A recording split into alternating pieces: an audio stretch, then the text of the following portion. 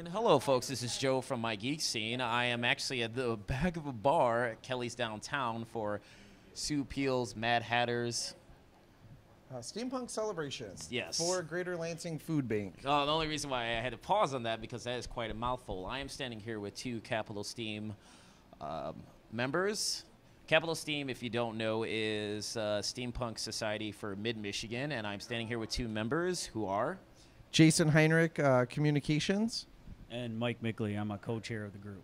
All right, gentlemen. Thank you for granting me this interview. Jason, from what I understand, you know a lot about the history of Capital Steam. Could you elaborate on it a bit? Sure. Capital Steam is a steampunk society. It's a group of people that love to participate in the subculture of steampunk, and we're doing events regularly in the mid-Michigan area. We started out originally just a small group of people that wanted to not drive so far to go to an event. We wanted something in our own area. So shout out to the Detroit Steampunk Collective. They do amazing events, and we wanted to do some stuff out here too. And we both go to their events, they go to ours, and it kind of just started from there. Okay. Really. Anything you would like to add to that, Matt? No, just we've expanded beyond that. It used to be Lansing based or Lansing centralized, and now we've moved south and west, and I mean it's all about all of us coming together and celebrating this what we enjoy to do. We enjoy to dress up as sort of a Victorian, era science fiction type stuff. So it's kind of grown by leaps and bounds over the last, say, couple of years, just getting all sorts of people interested in doing these kinds of events and activities where we just get together and we have a good time. I think that's amazing. Truth be told, when I was initially doing some research into steampunk in Michigan, it blew my mind as to how many people were into it. For you two gentlemen, what was the appeal of steampunk that made you want to be a part of it? What stands out for you? Honestly, for me, I guess, I've been involved in things like anime conventions and science fiction conventions and Renaissance type stuff. I think the neatest thing about steampunk is it's mostly an older crowd.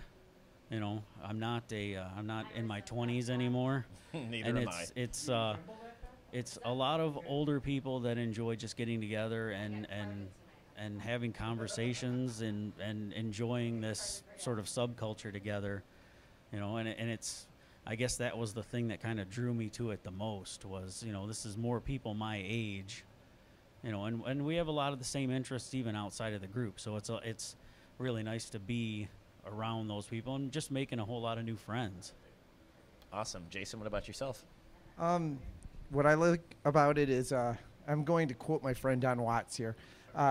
The number one rule of steampunk is there are no rules. All things go. And I think that's pretty amazing. I really do. I think that's kind of what's the greatest thing about steampunk in general.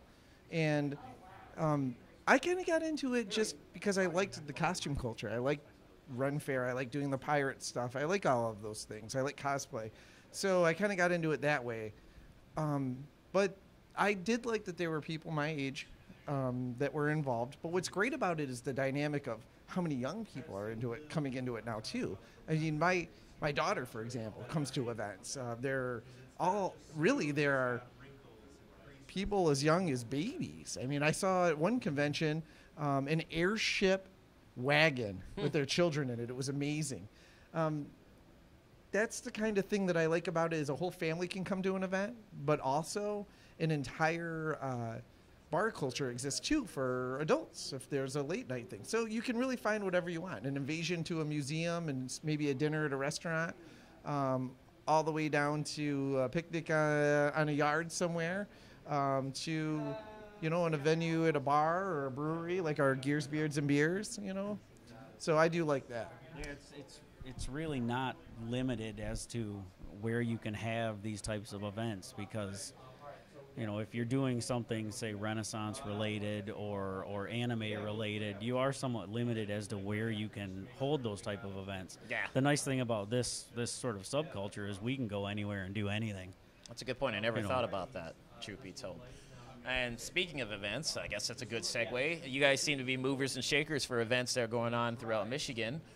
What are some upcoming events that you are hosting? Well, not necessarily hosting. I was going to ask about what events couple- you'll be going to next. A but- couple of the big ones that the group is planning to participate in. Okay, fair enough. The first one coming up is called the Steam Dream Expo in Augusta, Michigan, at a place called the Old World Village. Familiar with that? Yeah, that is an excellent place to go. It's on the website, folks. We will be there, and we will have a fairly large presence there. You know, we try to support anything steampunk related anywhere in the state if we can. And then after Steam Dream, we're working on it right now. There is a brand new convention down in Jackson called MegaCon, and we will be at MegaCon. We'll have a table there. We're trying to set up some panels, and trying to set up a fairly decent presence and kind of help a new con out and also get our name out there, because we have an event in Jackson already, but we really need to try and branch out and bring in more of just the southern end of Michigan. So. Fair enough. Well, how would people be able to find out more about your group? How can they reach you online? Well, there's a couple different ways. We do have a meetup group, so they can go to Meetup, and I'm trying to remember what it's called, a Meetup. Mid-Michigan Steampunk. Capital Steam is kind of the subtitle. Right. So, yeah, Mid-Michigan Steampunk. They can find us on Meetup. That's a good place to find us because all of our events get posted on there. We are also on Facebook. We have a Facebook group, just Capital Steam. It's capital with an O. I believe we also have a Twitter account. We have It's a Twitter account? kind of in the works, or it's somewhat active, I guess. Okay.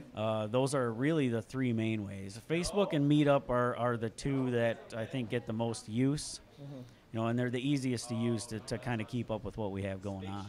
Okay. Well, gentlemen, I would just like to say thank you very much for granting me this interview. Once again, this is Joe from MIGeekScene. Take it easy, folks.